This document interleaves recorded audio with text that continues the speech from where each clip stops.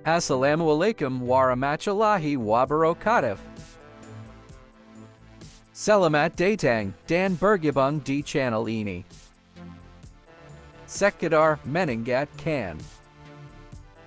Jangan sungkan untuk tekan tombol subscribe. Tekan tombol jempol. Tekan tombol loncengnya. Terima kasih.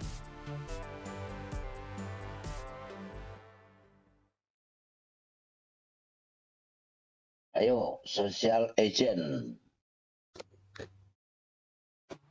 Iya, kalau memang begitu ya mau gimana lagi kan. Kalau nggak, saya berpikiran tadi kan, kalau memang Tuhan itu maha, kenapa disuruh makan? Kan bisa saja dia kalau memang mau menyelamatkan Nabi Isa kan, Jangan diangkat baik. saja ke surga, kan selesai.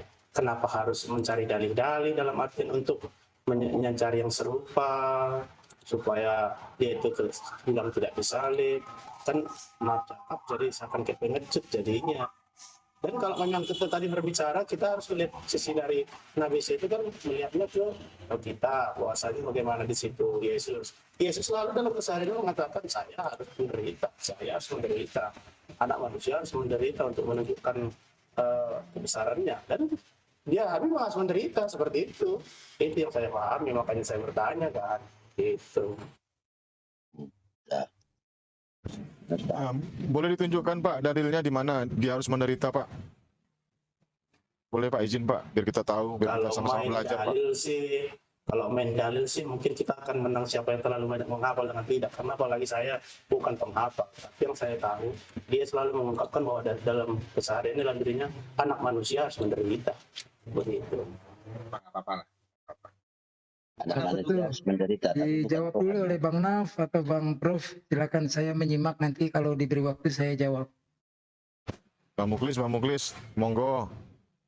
Ya kalau saya juga pernah baca sih di Bibelnya Bang Sosial ini ada diksi ya bahwa anak manusia harus menderita. Ada diksi seperti itu memang. Cuma saya sama bukan penghafal yang nomor ayatnya berapa gitu. Tapi YSY 53, 9, Nah, itu dia. 12. Apakah yang dimaksud anak manusia itu harus menderita itu memang merujuk kepada Yesus atau sebenarnya sedang merujuk kepada pengganti Yesus gitu.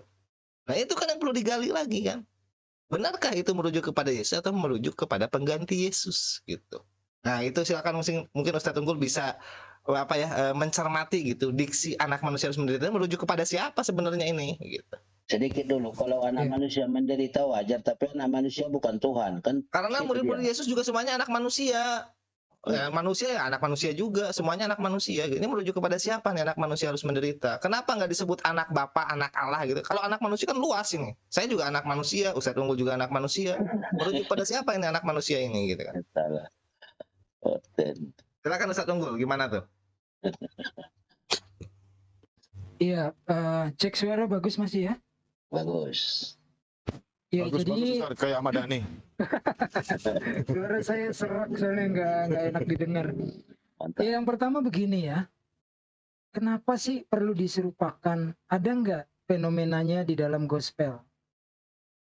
Ya, para tetua-tetua Yahudi dan beberapa hansipnya, belum hansip Romawi nih, di Taman Getsemani, ya, sampai-sampai membayar Yudas Iskariot untuk menunjukkan yang mana Yesus, anak Maria.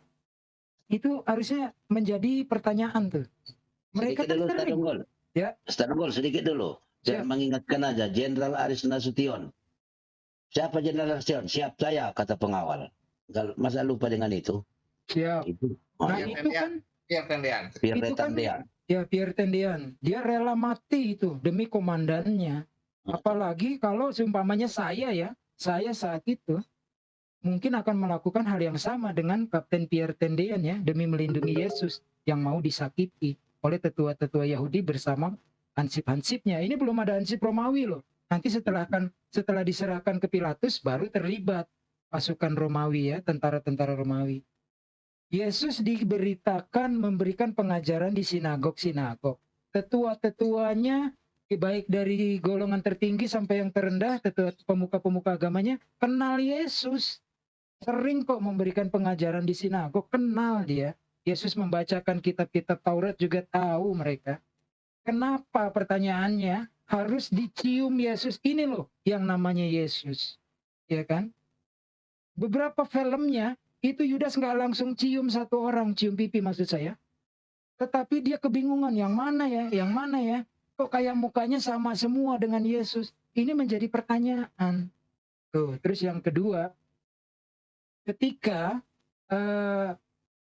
dikatakan bahwa Yesus telah dinubuatkan, orang-orang meminta kalau kau benar Mesias, berikan tanda-tandanya. Lalu Yesus dengan kondisi tegas ya, gimana sih lo? Udah sering lihat gue bikin mukjizat, masih juga minta lagi, minta lagi. Kalau dikasih juga emang lo beriman sama apa yang risalah atau ajaran yang gue bawa. Kan ini maaf ya bahasa gaul lah. Lalu Yesus menunjuk, aku tidak akan memberikan tanda kecuali tanda Jonah atau Yunus. Ini simpel aja, singkat lah untuk mempercepat saya bicara. Yunus ketika di atas kapal masih hidup, ketika dilempar ke laut masih hidup, ketika di dalam perut ikan masih hidup, karena dia berdoa. Gak mungkin mayat berdoa ketika sudah mati. Ketika dikeluarkan dari mulut ikan, jelas dia hidup. Kalau Yesus bilang tandaku sama seperti Yunus, berarti ada yang beda di sini. Yunus tadi 3 peristiwa di atas kapal, di dalam perut, dikeluarkan dari perut, tidak pernah mati. Nah pertanyaannya kan yang salah siapa? Riwayat Yunus yang lebih dahulu atau Yesus salah memberikan kutipan? Tuh, ini akal namanya. Masuk akal nggak? Saya nggak percaya kalau Yesus itu berdusta. Yesus itu utusan Tuhan yang mulia, tidak mungkin berdusta. Tapi kenapa penulisan gospel ada cerita seperti ini? Lalu lanjut lagi, bahwasanya anak manusia akan menderita, mati, dan bangkit pada hari ketiga, seperti tertulis dalam kitab Taurat Musa, kitab Zabur Daud, dan kitab Neviim, kitab nabi-nabi. Itu ada di Lukas 24, nomor 44 sampai 46. Saya melakukan riset, manual baca satu persatu yang disebutkan tadi, anak manusia menderita, mati, dan bangkit pada hari ketiga, ada di kitab Taurat katanya nggak ada. Ada di kitab Zabur katanya, Mazmur nggak ada di kitab Neviim. Mungkin tidak semua Kristen punya atau mengerti apa itu kitab nabi-nabi. Saya punya bukunya, tapi hasil pinjem ya, bukan punya saya harus ngulangin tuh jadi inget. Nah ini nggak ada, ya. Nubuat yang ditulis oleh Lukas tuh nggak ada. Artinya apa? Apakah sumber yang dituliskan dalam gospel itu bisa menjadi sebuah pegangan? Gampangnya cerita, Lukas harus disingkirkan dulu itu. Ini dalam perspektif akademis ya, bukan menghujatan, tidak. Karena ternyata tidak tepat dikatakan seperti itu di Lukas 24, nomor 44 sampai 46, ternyata nggak ada bahwa dikatakan Yesus atau anak manusia harus menderita, mati, dan bangkit pada hari ketiga. Nggak ada. Itu Nah, di maaf sini- Ustadz, saya potong sebentar, Ya, itu sisipan siap. Ustadz, maaf. Ya, Maaf, oke. itu sisipan Ustadz. Ya, Ya, itu itu. sisipan. Teman-teman yang Kristen itu sisipan. Kalau tidak percaya, silakan di cross check melalui Google juga boleh ya, teman-teman ya. Saya berharap Tapi- teman-teman semua pintar-pintarlah belajar atau membaca Bibelnya sendiri. Kita bukan di sini bukan mau bermaksud untuk memurtadkan, memualafkan kalian ataupun mau pindah agama, itu terserah, itu urusan kalian. Di sini kita belajar ya, kita harus mengetahui Bibel kita itu dan Bibel kalian dan siapa Tuhan kalian sebenarnya. Oke, lanjut Ustadz. Saya lengkapi sisipan dan titipan. Terima kasih. Siap, Greg. Itu bahasan lain lah ya. Saya bisa membuktikan itu kalau bicara kontradiksi Bible ya. Ada ayat yang kontradiktif, tambahan, pengurangan, sisipan, dan ayat-ayat kembar. Saya punya bukunya. Saya punya buku Kitab Suci Katolik terbitan LBI dan diakui pula oleh LAI ya, oleh Prater dari ND Flores. Footnote-nya itu cantik sekali. Di situ dijelaskan kitab jujur, makanya saya bilang Kitab Suci Katolik. Oke, kembali kepada, kita nggak usah bicara dulu lah ya, itu sisipan. Tapi ambil saja. Saya tidak berani mentafsir kitabnya orang lain karena ini bukan ranah saya. Kita ambil saja seada-adanya di Lukas 24 nomor 44 sampai 46. Sebab ada tertulis anak manusia harus menderita, mati, dan bangkit pada hari ketiga di kitab Taurat Musa, kitab Zabur Daud, kitab Neviim atau kitab nabi-nabi. Ternyata nggak ada. Ini bagi saya fatal, fatal. Ketika nubuat tentang Yesus harus disalib, tidak ada yang mendukungnya. Gospel tidak mendukung, sejarah tidak mendukung. Makanya Islam, Al-Quran mengatakan peristiwa pembunuhan dan penyaliban ada, tapi bukan utusan Tuhan yang bernama Yesus. Ini tadi bahasannya saya kelewat dikit, tapi biar nggak kepanjangan. Umat Islam meyakini Yesus sama dengan Isa Al-Masih. Maria sama dengan Maryam. Sosoknya sama, tetapi diceritakan berbeda. Versi Al-Quran dengan versi gospel. Nah, di sini serunya kita beradu argumentasi, beradu dalil. Jangan belum melakukan riset pustaka aja enggak, apalagi ke TKP. Islam salah. Maryam hidup, saudaranya Harun hidup 1500 tahun zamannya Musa. Dengan pertanyaan yang sama, ya, harus adil dong. Kalian jelaskan tentang Elizabeth yang ditemui maminya Yesus. Elizabeth itu hidup di zaman Harun juga. Sama gitu. Jadi bagi Islam meyakini bahwa Yesus dan Isa adalah sama. Bahkan yang lebih parah nih, bro social legend, saya punya kitab suci Injil terbitan LAI tahun 2011. Halaman 1 Matias, ya, Gospel Matias, ditulisnya begini. Saya tidak bohong ini, saya yang belum bisa buka kamera ya. Dikatakan di situ, silsilah Isa Al-Masih. Apakah orang yang bilang Yesus sama dengan Yesus tidak sama dengan Isa lalu berani menyalahkan orang-orang LAI? Mereka orang-orang ini loh, bukan orang sembarangan. Itu tulisannya gitu, silsilah Isa Al-Masih. Ah, kayak gitu ya, cukuplah standby.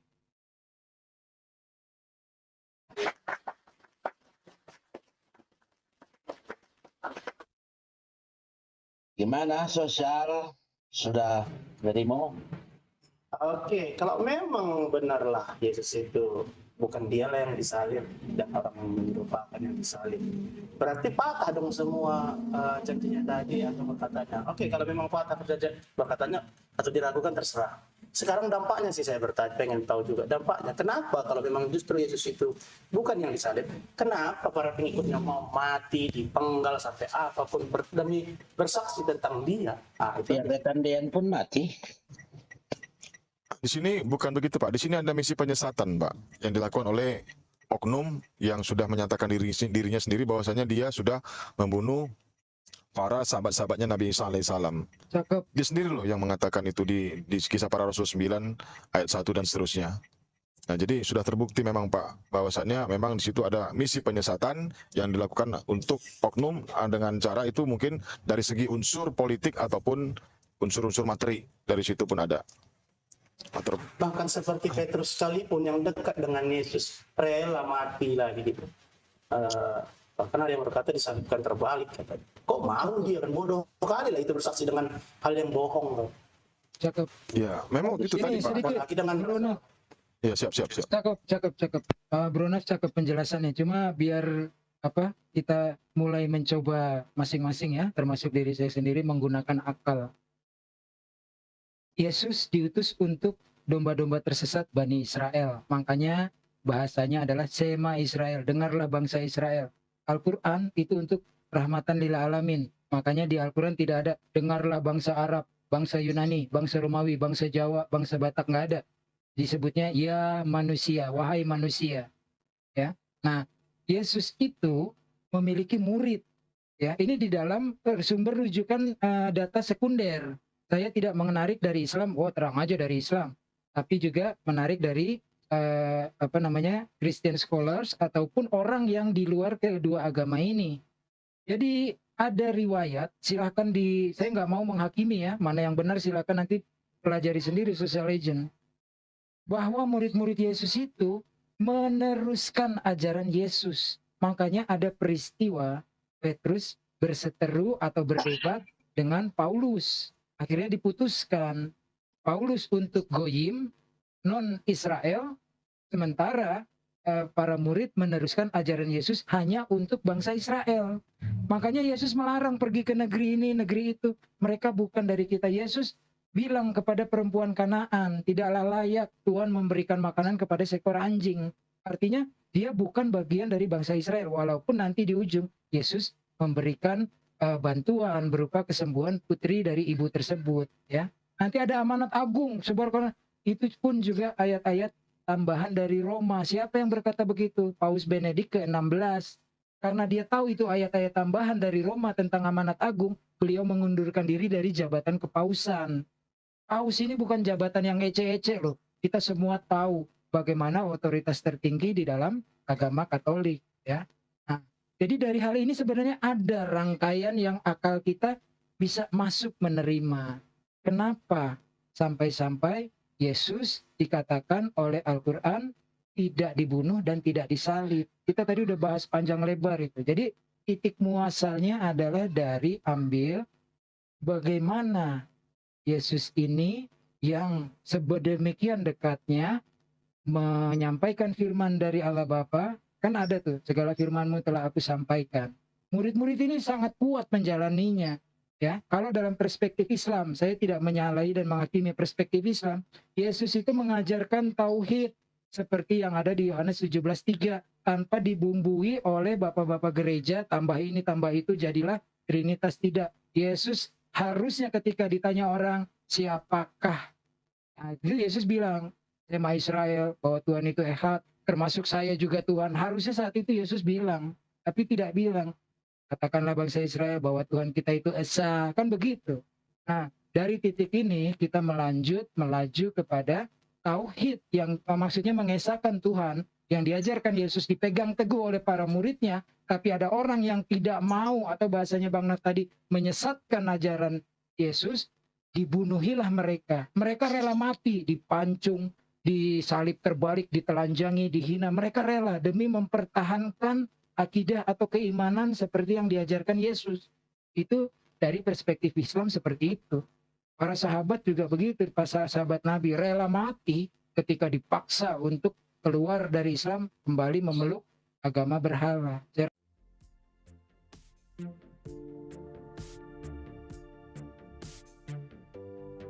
Assalamualaikum warahmatullahi wabarakatuh. Jungan Sunkan Sunkan, Untuk Tikon. Tikon Tumble subscribe. Tikon Tumble Jempol. Tikon Tumble Lantengnya. Terima Kasih. Tertanda, Ursha Joe, okay?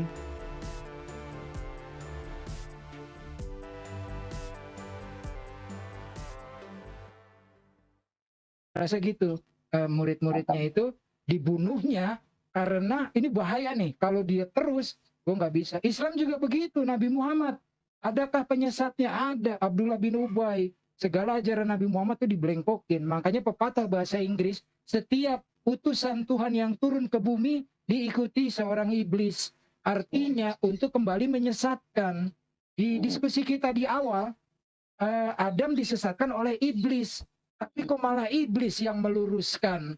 Harusnya iblis tuh jangan sampai ngasih tahu Yudas agar ketahuan inilah yang namanya Yesus lalu disalib. Kalau disalib kan manusia hapus dosanya. Kan Yesus misinya penyaliban menghapus dosa manusia. Harusnya iblis nggak melakukan itu atau jangan terlibat.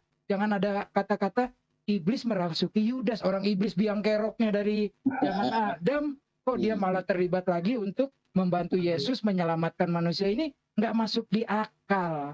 Ini yang tadi saya berulang-ulang, masuk akal nggak? Masuk, tapi nggak bisa terlalu besar karunia rahmat maha kuasanya Tuhan. Ya jelas otak kita cuma secuil, segenggam.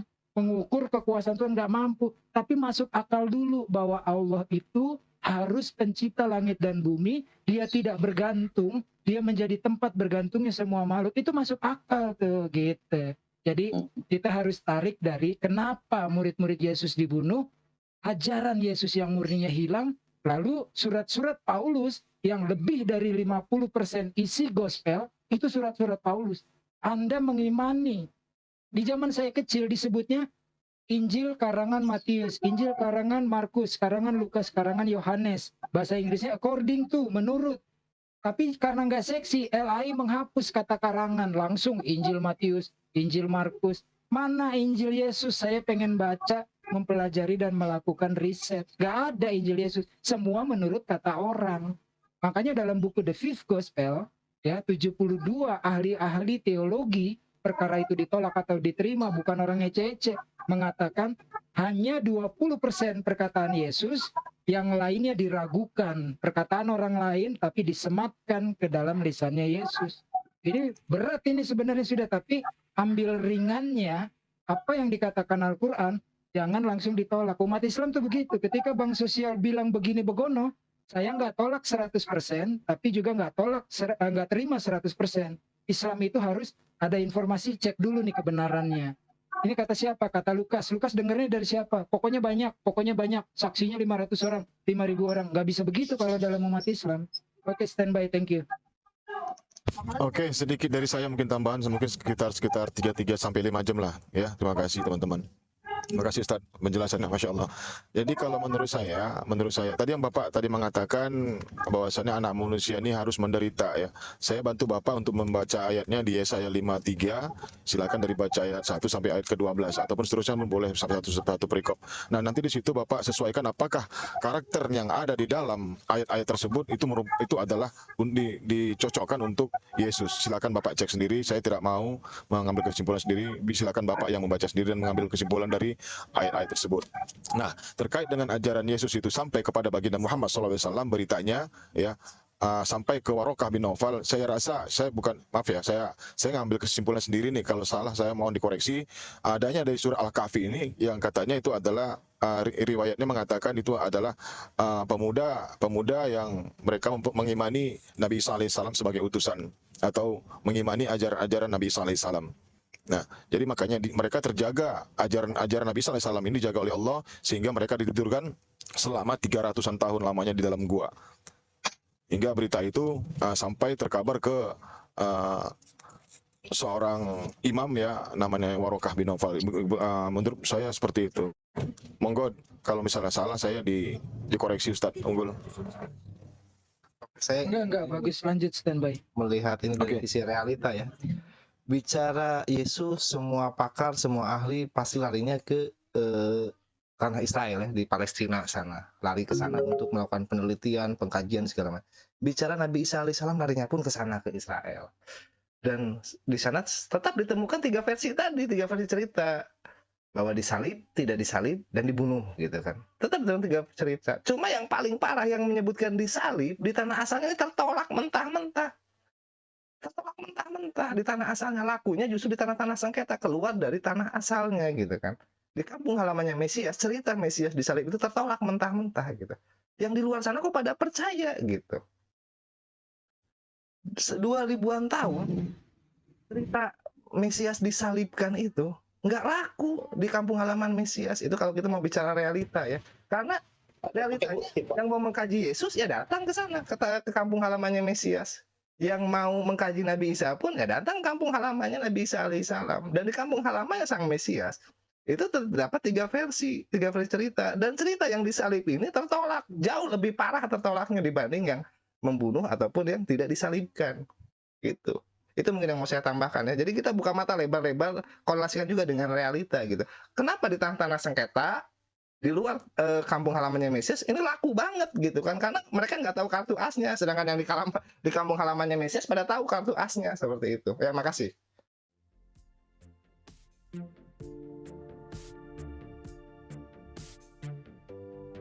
Assalamualaikum warahmatullahi wabarakatuh. Jungan sunkan untuk tikon. Tikon tombol subscribe. Tikon tombol jempol. Tikon tombol lontengnya. Terima kasih. Tertanda, Ursha Joe, okay?